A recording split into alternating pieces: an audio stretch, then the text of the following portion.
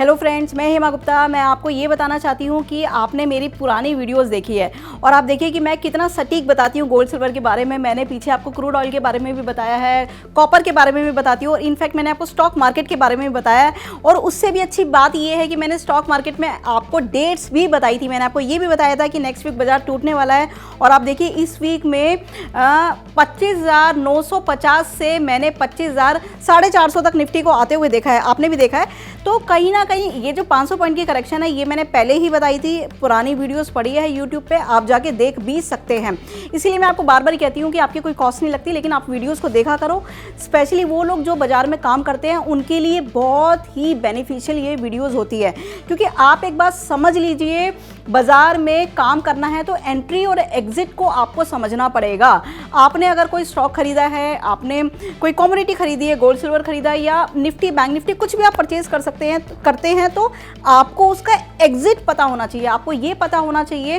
क्योंकि देखिए ये जो प्रोडक्ट है, ये जो अंडरलाइंग एसेट है, चाहे वो गोल्ड हो गया, सिल्वर हो गया या फिर आप ये कहिए कि इक्विटी मार्केट हो गई, ये इतनी फास्ट मूविंग मार्केट्स हैं कि आपको एक ही दिन में बहुत बड़ा प्रॉफिट और लॉस भी हो जाता है। इसलिए आपको इसमें कोई ऐसा व्यू नहीं लेके चलना होता। अगर आप ट्रेड कर रहे हो कि मेरे को लॉन्ग टर्म रखना है, मुझे एमसीएक्स में सिल्वर 3 महीने तक कैरी करनी है या मुझे एमसीएक्स के अंदर गोल्ड बहुत लंबे समय तक कैरी करना है, नहीं, आपको अपने ट्रेड को प्लान करना पड़ेगा। और आपको कहीं ना कहीं, चाहे आप टेक्निकल के जरिए देख लीजिए या फिर फंडामेंटल, जो लोग समझते हैं फंडामेंटल तो खैर स्लो ही रिजल्ट आते हैं फंडामेंटल के, लेकिन कहीं ना कहीं आपको ट्रेड को अपने मैनेज करना पड़ेगा रिस्क के साथ साथ, कि मैंने जो ट्रेड लिया है वो क्या सोच के लिया है और यहाँ से मुझे कितना % का गेन लेके एग्जिट करना है। तो आपके पास जो एग्जिट की जो प्लानिंग है वो आपकी पहले ही तैयार होनी चाहिए अगर आपको ट्रेड में प्रॉफिट बनाना है। अगर आपको नहीं पता कि मुझे कब एंट्री लेनी है, कब मुझे एग्जिट लेना है,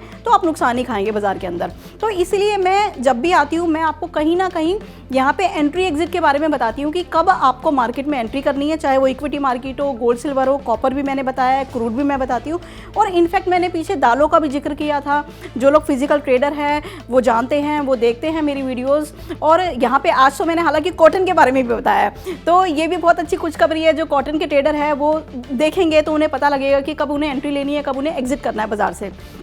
तो मैं आज आपको ये बताना चाहती हूँ कि गोल्ड सिल्वर के लिए अगला जो हफ्ता है आने वाला, उसमें आपको बहुत ही सोच समझ के काम करना पड़ेगा, क्योंकि मुझे एक बड़ी मंदी आती हुई यहाँ पे दिखाई देती है। सोम और मंगलवार को, मतलब 2 डेज 16 और 17 फैब को मुझे लग रहा है कि थोड़ी सी भी हल्की फुल्की तेजी बनती है। तो यहाँ पे आप एग्जिट की पॉलिसी रख सकते हैं, क्योंकि मुझे आते हुए आगे टाइम में गोल्ड सिल्वर में मंदी नज़र आ रही है, कम से कम हफ्ते भर तक, हफ्ते से 10 दिन भी हो सकते हैं, उसके लिए मैं आगे जिक्र करूंगी, बात करूंगी आपसे।